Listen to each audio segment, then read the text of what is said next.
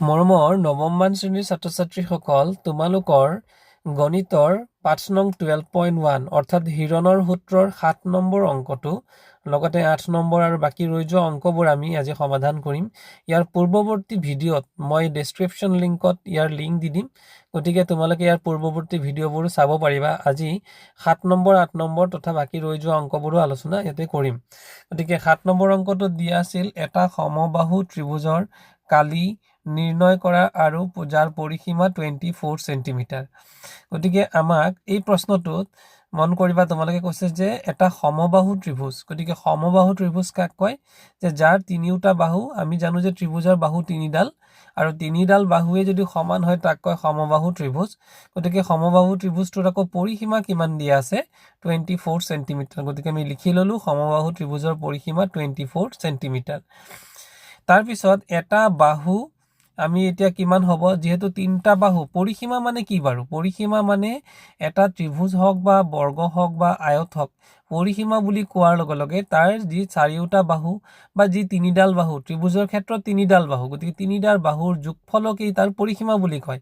যিহেতু তিনিডাল বাহুৰ যোগফল ইয়াতে 24 সেন্টিমিটাৰ পৰিসীমা দিয়া আছে, গতিকে এডাল বাহু কিমান হ'ব? এডাল বাহুক 3ৰে যদি আমি হৰণ কৰি দিওঁ তেতিয়াহ'লে কিন্তু আমি এডাল বাহুৰ মাপ পাই যাম। গতিকে ইয়াত এটা বাহু কিমান লিখিছে? 24/3 ইকুৱেল টু কিমান হ'ব? 8 সেন্টিমিটাৰ।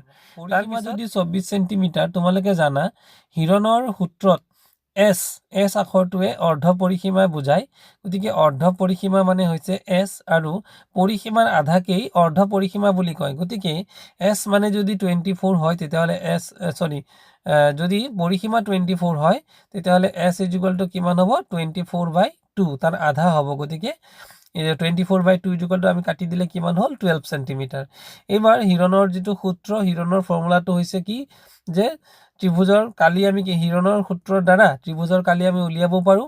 গতিকে আমি ত্ৰিভুজ এডাল চিন দি পেলাই বুজাইছোঁ, তাৰ কালিটো কেনেকৈ উলিয়াম? সূত্ৰটো হৈছে √(s × s - a × s - b × s - c). এইটোৱে হৈছে হিৰণৰ সূত্ৰ।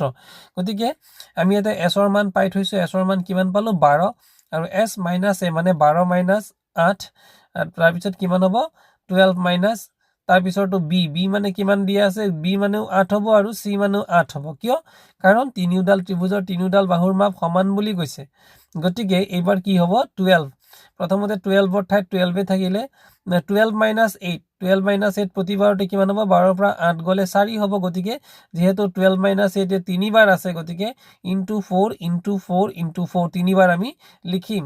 ইকুৱেল টু কিমান হৈ যাব? আকৌ √(। এইবাৰ 12ক আমি কি লিখিব পাৰিম? 3 × 4 = 12 হয় নে নহয়? গতিকে আমি কি লিখি দিলোঁ? 3 × 4। গতিকে 3 × 4 = 12। তাৰপিছত বাকী ৰৈ যোৱা 3টা 4 লিখিলোঁ। গতিকে 4 টোটেল 4 কেইটা? √(ৰ ভিতৰত টোটেল 4 কেইবাৰ হ'ল? 4 বাৰ হ'ল। তাকে আমি আকৌ নেক্সট লাইনটোত লিখিব পাৰোঁ যে √(3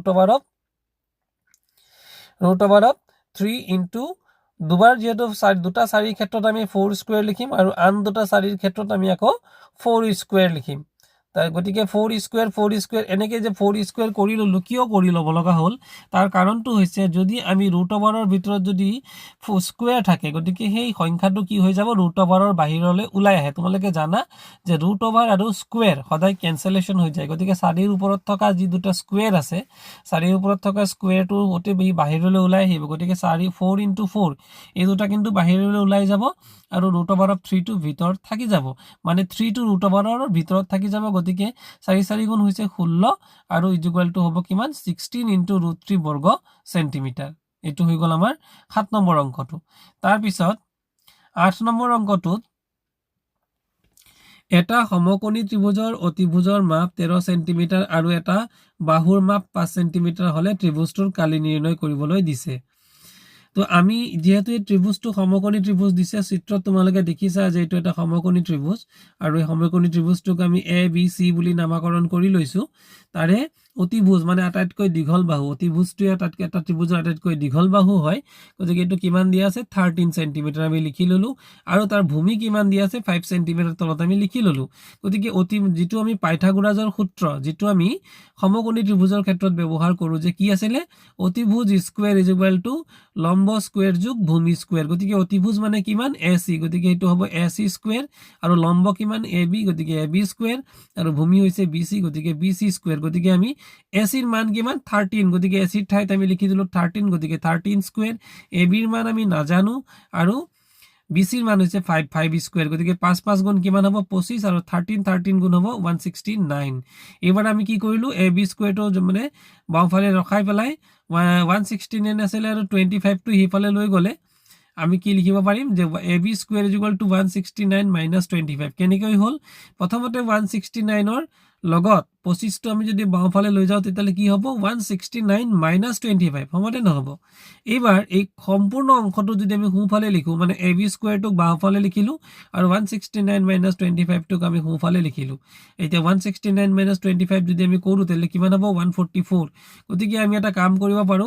AB স্কোয়াৰ = কিমান হৈ গল AB স্কোয়াৰটো = হৈ যাব 144 তাৰ পিছত যদি AB স্কোয়াৰ = 144 হয় তেতিয়ালে AB স্কোয়াৰক আমি আকৌ কি লিখিব পাৰো AB স্কোয়াৰ = আমি 144ক আমি লিখিব পাৰো 12 স্কোয়াৰ হয়নে বাৰু আৰু ইফালে লিখিছো এটা কাম কি কৰিছো যে AB স্কোয়াৰটো যদি আমি AB ৰ পৰা যদি স্কোয়াৰটো আমি উঠাই দিও তেতিয়া হলে আমি এটা কথা জানো যে বাওঁফালে যদি আমি স্কোয়ার উঠাও সোঁফালে কি আহি যাব √ওভাৰ আহি যায় এটো কথা মনত ৰাখিবা গতিকে বাওঁফালৰ স্কোয়াৰটো উঠোৱাৰ লগে লগে সোঁফালে কি আহি গল √ওভাৰ অফ 144 হল আৰু 144ক যদি আমি 12 স্কোয়াৰ বুলি লিখো কাৰণ 12 144 মানে 12 গুণে 144 গতিকে এবাৰ 12 স্কোয়াৰ লিখি দিলে তেতিয়ালে স্কোয়াৰ আৰু √ওভাৰটো কি হৈ যাব কেনসেল হৈ যাব কেনসেল হৈ গলে কি থাকি যাব 12 থাকি যাব নহয় জানো গতিকে এনসারটো হৈ গল 12 অৰ্থাৎ AB = কিমান পাই গলো আমি 12 পাই গলো তেতিয়া হলে আমি ত্ৰিভুজৰ যেটো কালিৰ সূত্ৰ ত্ৰিভুজৰ কালিৰ সূত্ৰ কি আছিল 2/1 পূৰণ ভূমি পূৰণ উন্নতি ভূমি মানে কিমান BC